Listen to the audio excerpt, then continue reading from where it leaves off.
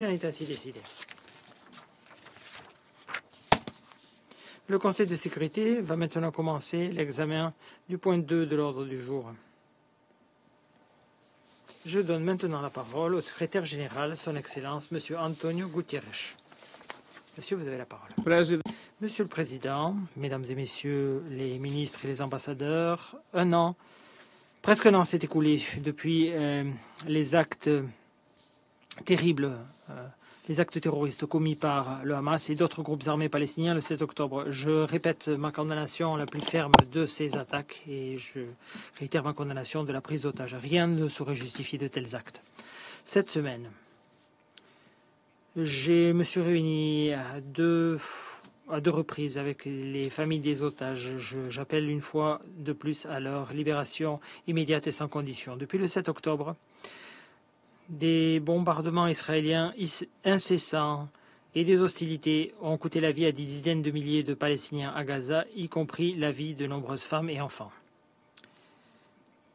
Un nombre innombrable d'autres personnes ont été blessées, mutilées et traumatisées pour la vie. En toutes mes années de secrétaire général, je n'ai jamais vu autant de morts et de destruction à une telle échelle, à une telle vitesse à Gaza. Rien ne peut justifier la punition collective du peuple palestinien. Au cours de l'année qui vient de s'écouler, presque la totalité de la population de Gaza a dû se déplacer. Certains d'entre eux ont dû se déplacer à plusieurs reprises et n'ont aucun endroit où aller. La moitié des enfants sont orphelins. Tous survivent dans des conditions abominables avec un accès très limité à des denrées alimentaires, à l'eau, à des moyens d'assainissement, des moyens de se laver, à des soins de santé et à un toit. Tous craignent pour leur vie. Étant donné l'ampleur de cette destruction, le droit international humanitaire est en lambeaux. Et soyons clairs, les violations commises par une partie ne peuvent pas être utilisées pour justifier les violations commises par une autre partie. Le système humanitaire est sur le fil du rasoir. 225 de nos propres collègues ont perdu la vie, beaucoup d'entre eux avec leurs familles. Je demande à ce que des enquêtes et je demande à ce que le principe de responsabilité soit appliqué pour ces assassinats. En parallèle de cela, la violence se poursuit en Cisjordanie occupée, y compris à Jérusalem-Est. Quelques 700 Palestiniens et 14 Israéliens ont perdu la vie depuis le 7 octobre. C'est le nombre le plus élevé de victimes des deux côtés en plus de 20 ans. La construction de nouvelles colonies, les saisies de terre, les démolitions et la violence aux mains des colons se poursuivent. L'avis consultatif de la Cour internationale de justice est parvenu à la conclusion que la présence ou le maintien de la présence israélienne dans le territoire palestinien occupé est illicite et que Israël a pour obligation d'y mettre un terme le plus vite possible. L'Assemblée générale a exigé que Israël respecte cette décision. En attendant, les autorités israéliennes continuent de limiter et d'empêcher les médias internationaux de donner des informations sur ce qui se passe en territoire palestinien occupé. Les principaux médias internationaux sont les yeux et les oreilles de notre monde. Les journalistes doivent pouvoir faire leur travail. Partout. Monsieur le Président, les ondes de choc qui ont suivi la destruction et la mort à Gaza menacent maintenant de pousser la totalité de la région dans le gouffre. Un conflit, un affrontement à grande échelle avec des conséquences inimaginables. Aujourd'hui, lundi, a été la journée la plus meurtrière au Liban depuis 2006. Aujourd'hui, les forces de défense israéliennes ont frappé des bâtiments civils à Beyrouth. Ils ont indiqué qu'ils avaient pris pour cible le quartier général du Hezbollah qui se trouvait juste en dessous de ces bâtiments. La guerre au Liban pourrait mener à une escalade impliquant des puissances étrangères. J'appuie la proposition visant à mettre en place un cessez-le-feu temporaire permettant l'acheminement de l'assistance humanitaire et préparant la reprise de négociations sérieuses pour une paix durable. Nous avons besoin d'un cessez-le-feu maintenant. On ne peut pas se permettre de se lancer dans des négociations sans fin comme nous l'avons fait pour Gaza.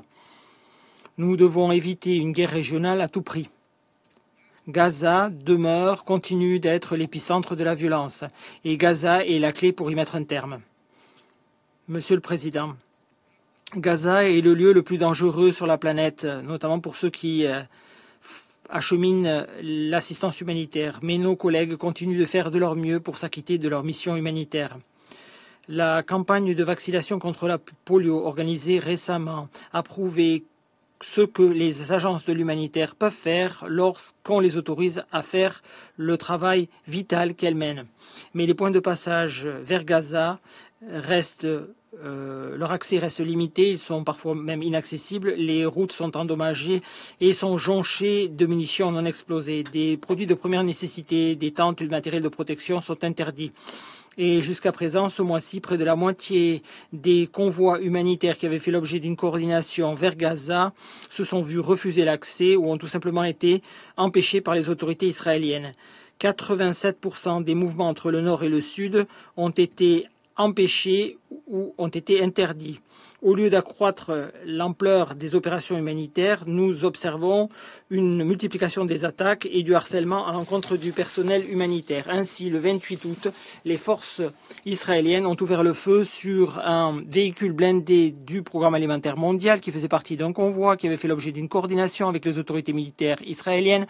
10 balles se sont abattues sur les vitres de ce véhicule. Le 9 septembre, un convoi des Nations Unies qui avait fait là encore l'objet d'une coordination avec les forces israéliennes a été arrêté au checkpoint, au point de contrôle de Al-Rachid, alors qu'il s'apprêtait à aller soutenir la campagne de vaccination contre la polio dans le nord de Gaza. Les soldats ont pointé leurs armes directement vers le personnel du convoi. Les véhicules clairement identifiés comme étant des véhicules des Nations Unies ont été encerclés par les forces israéliennes et des balles réelles ont été tirées. Le convoi a ensuite été approché par 2 tanks israéliens et un bulldozer. Le tank a défoncé rentré dans les véhicules des Nations Unies par derrière. 12 fonctionnaires des Nations Unies se trouvaient à l'intérieur. Le bulldozer a fait tomber du gravat sur le premier véhicule alors que les soldats ont menacé le personnel des Nations Unies et des ONG qui se trouvaient à l'intérieur. Des actions comme celle-ci supposent des risques conséquents pour les Nations Unies et le personnel humanitaire. Les attaques à l'encontre du personnel de l'humanitaire sont une attaque inacceptable à l'encontre ou sur les valeurs des Nations Unies et doivent cesser. En attendant, le travail indispensable de l'UNRWA ne peut pas être miné par les attaques à l'encontre de ses fonctionnaires et de son mandat et par des obstacles administratifs. J'exhorte les autorités israéliennes à faire de leur pouvoir pour mettre un terme aux attaques à l'encontre du personnel et des biens des Nations Unies, à éviter de propager de la désinformation à l'encontre des personnels et des fonctionnaires des Nations Unies ou de ses représentants, de leurs entités, et à accroître la délivrance de visas et l'approbation de demandes d'achat. Toutes les parties doivent respecter leurs obligations de protection du personnel humanitaire et doivent veiller à ce que les sites civils ne soient pas utilisés à des fins militaires. Monsieur le Président, les Nations Unies continueront d'appuyer tous les efforts déployés pour soutenir une paix durable, en commençant par mettre fin à la violence. Cette spirale meurtrière doit cesser pour Gaza, pour le peuple de la Palestine, pour le peuple israélien, pour la région et pour le monde. Le droit international humanitaire doit être respecté. Les civils et les infrastructures civiles doivent être protégés. L'assistance doit pouvoir circuler librement et en toute sécurité. Et il faut qu'il y ait lutte contre l'impunité, application du principe de responsabilité. La clé de la paix dans la région, c'est une solution, un règlement politique. Tous les otages doivent être libérés immédiatement et sans condition. Et la communauté internationale doit se mobiliser au service d'un cessez-le-feu immédiat et au lancement d'un processus irréversible devant mener à la fin de l'occupation et à la création d'un État palestinien. J'exhorte le Conseil à s'unir en soutien d'un cessez-le-feu immédiat devant mener à une solution viable à 2 États. C'est la seule manière de mettre un terme au cycle de la tragédie. Je vous remercie.